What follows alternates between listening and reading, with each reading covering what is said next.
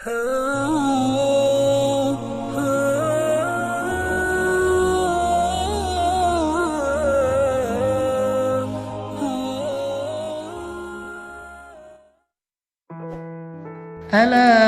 bidzikrillah. Ini arti dari ayat tersebut.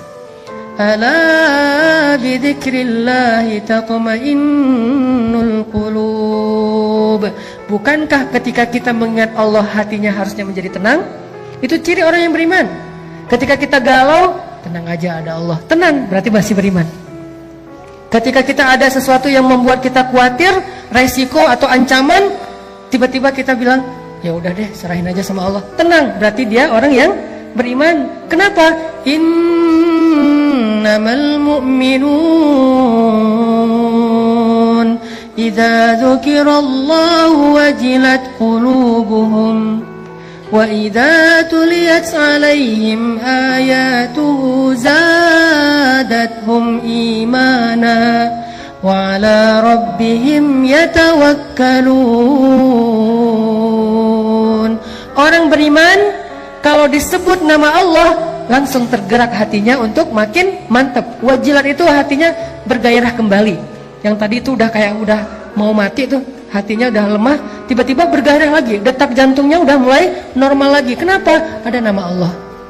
Terus kalau dibacakan ayat-ayat nasihat, misalnya la tahzan innallaha ma'ana, terus ayat yang lain tabarakalladzi biyadihil mulk, dan seterusnya, dia bertambah zadatuhum imana, makin yakin sama Allah. Hasilnya apa?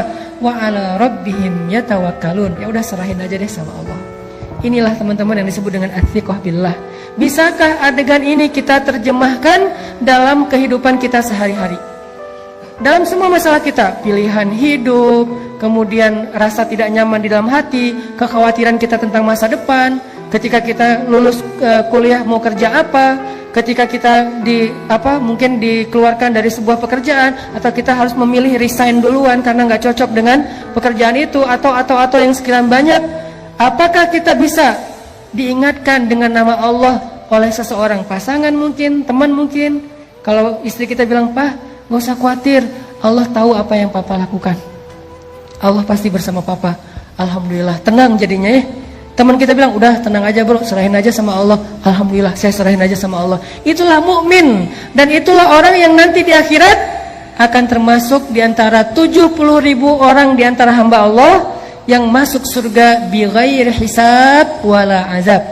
Masuk surga tanpa ada sidang, tanpa ada siksaan, langsung masuk surga. Manhum ya Rasulullah? Siapa mereka ya Rasulullah?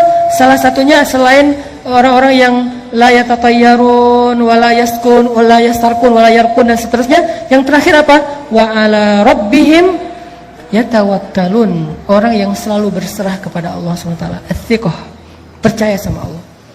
Bisa nggak teman-teman kita kayak gitu dalam hidup kita? Seberapa kuat percaya kita sama Allah? Cara ngukurnya gini.